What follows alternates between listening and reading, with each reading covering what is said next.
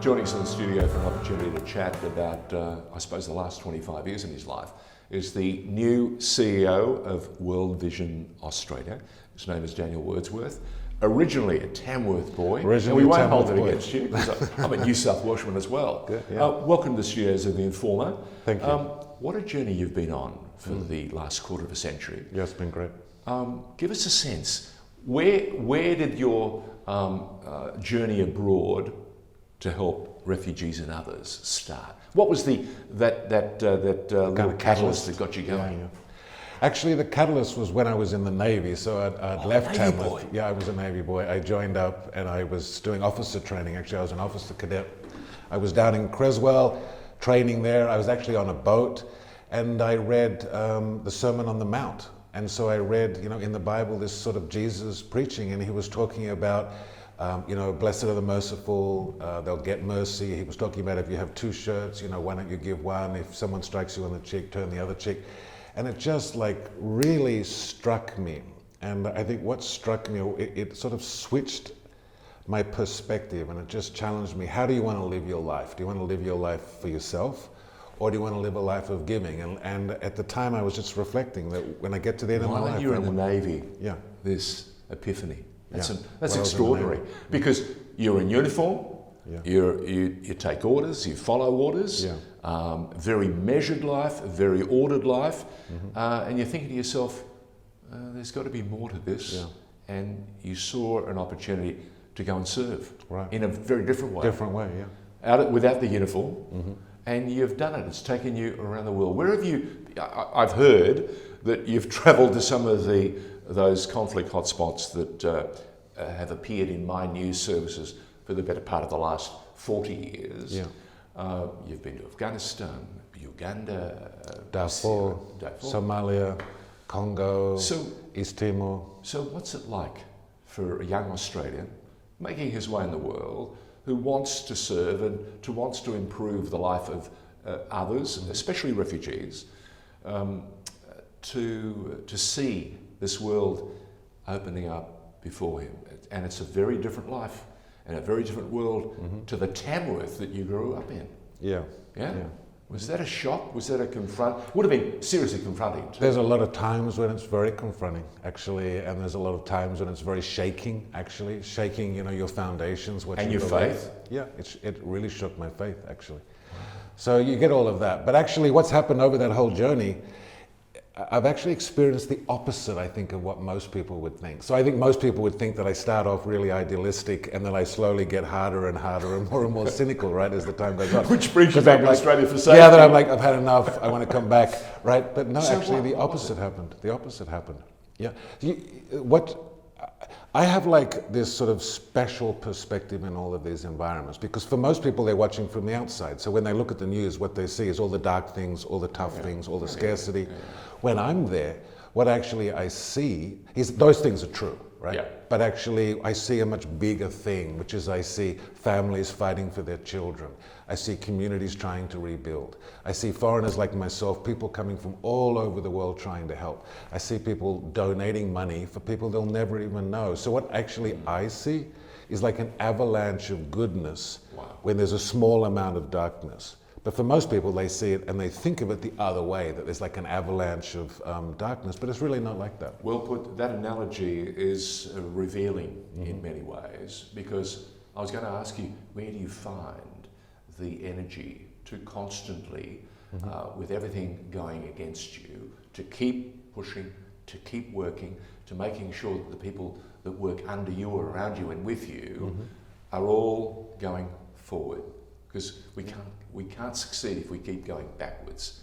We can succeed if inch by inch we make those incremental moves forward, and we get the things done. Your mission in those very early days when you were with the American Refugee organisation was very simple: clean water, sustenance for the refugees, and give us a sense of some of the other commitments and responsibilities which were part of the mission statement. Well, we're doing things like building refugee camps and running refugee camps. So you're doing that. I'm actually the largest refugee camp in the world is in Bangladesh. It has over 450,000 people living in it. So when you talk about refugee camps, you're talking about entire cities. And so when you build one, you're building primary schools, high schools, you're building entire water systems. So you do that. We provide healthcare, or we provided healthcare. Do the governments of the day in those various hotspots, do they see you as an aid, as a comfort, or as a problem? No, by and large, they see us as very positive because they've got, they're a country, they're taking in maybe 1 or 2 million people from across their border. They're struggling. If this is Uganda, if this is Kenya, they're struggling. Actually, in Somalia, they take in Yemeni refugees. So in these countries, they've got a huge burden to look after their own people, and then they have an influx of 1 or 2 million others. They need the help, and so they in most cases, they welcome you. What have we learned from all this destabilisation? What have we learned? You've been in all these trouble spots. We saw the terrible things that were happening in Europe when Syria was going through that major convulsion. What did you realise then, and what can we learn from that? Those experiences? Actually, Syria specifically taught me a really remarkable lesson. Yep.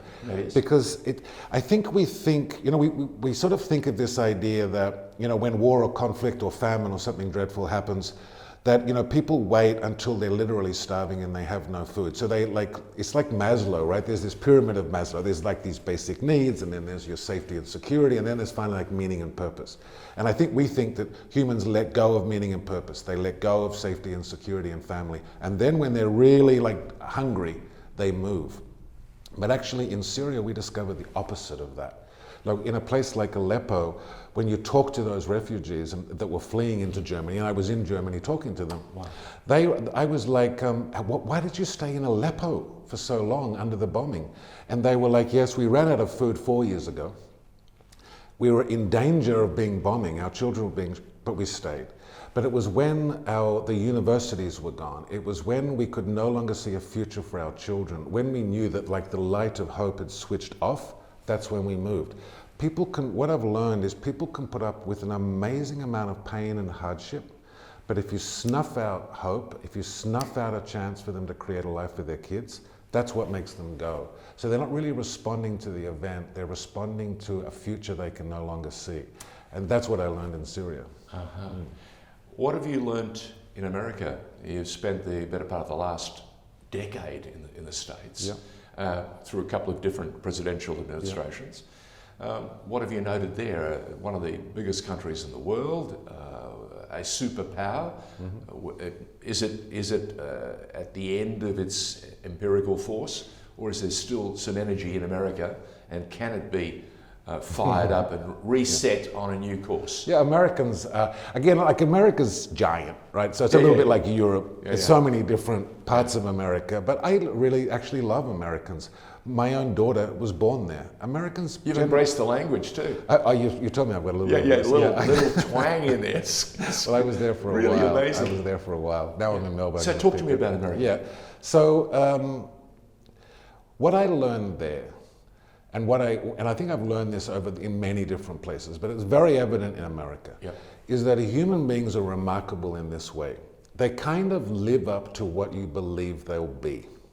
So if you look at a human being and you believe they're remarkable and they're good and that they want to be generous, human beings go to great trouble to be remarkable, noble, generous, and idealistic. Right. But if you start telling them that they're mean and nasty and small and corrupt, human beings sometimes go to a lot of trouble to become that. So in the end, what turns that is the belief their leaders have, that the media puts out. So what I've learned in America is, you be careful if you start, imagining people as mean and small, because if they become that, woe to all of you. But instead, let's switch it around and then believe in their goodness and their greatness.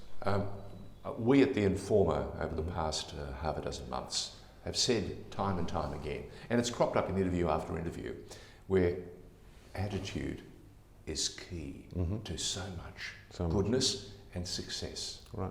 Yeah? And you're reminding me yet again, you've been through all the trouble spots in the world. You've been through countries that are having massive challenges thrown at them, and you've seen so much goodness. Yeah, profound amounts. That must fill you with a great deal of not hope, but something more that is real and allows you to do your job. Being a CEO of any organisation, huge responsibility.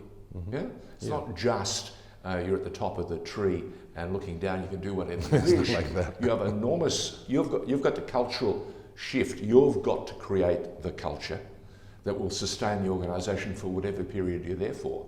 And successful businessmen and women, whenever they come to a new organisation, I believe the really special ones change the culture or enhance the culture or take it to a new level. Is that part of the dream? Did you do that in the early days of the CCF, the American Refugee Foundation? And again, is that something for Vision Australia? Is this what you're hoping? For World Vision, yep. Well, I kind of, I view it that a CEO, particularly of an organization like World Vision, is you're actually on the bottom. You know, your job is to serve the idealism of the people in the organization, and you're in World Vision in particular, you're there to serve the idealism of everyday Australian people. It's like we're like this sort of accelerant for goodness in this country. And it starts with your own team, and then it spreads out, you know, into every household. That's the beauty of World Vision. Australians have a place in their heart for World Vision. When you talk to people, they're like, oh, I remember doing the 40-hour famine. Actually, when I got my first job, I was so proud. I wanted to give back, so I sponsored a child. And then when that tsunami happened, like I felt powerless, and then I realized I could donate to this. So it's like World Vision. It's your first contact, isn't it? It's like a ritual of giving that exists in Australia, and it's like we meet people when they're their most generous, when they're their noblest and their best. It's so beautiful, yep. And so when I think about that sort of culturally, I'm just like, no, I just want to unleash that. I just want to unleash people's goodness. It's already there. The trouble is most of our organizations stop it, right? We clamp down and harness people rather than just say, no, just go be good. Yeah, that's what you're like. Be good, don't go anywhere. We're going to pause here, part 2 of this conversation. Daniel Wordsworth, the new CEO of World Vision Australia, is in the studio at The Informer. We'll be back with more in just a moment.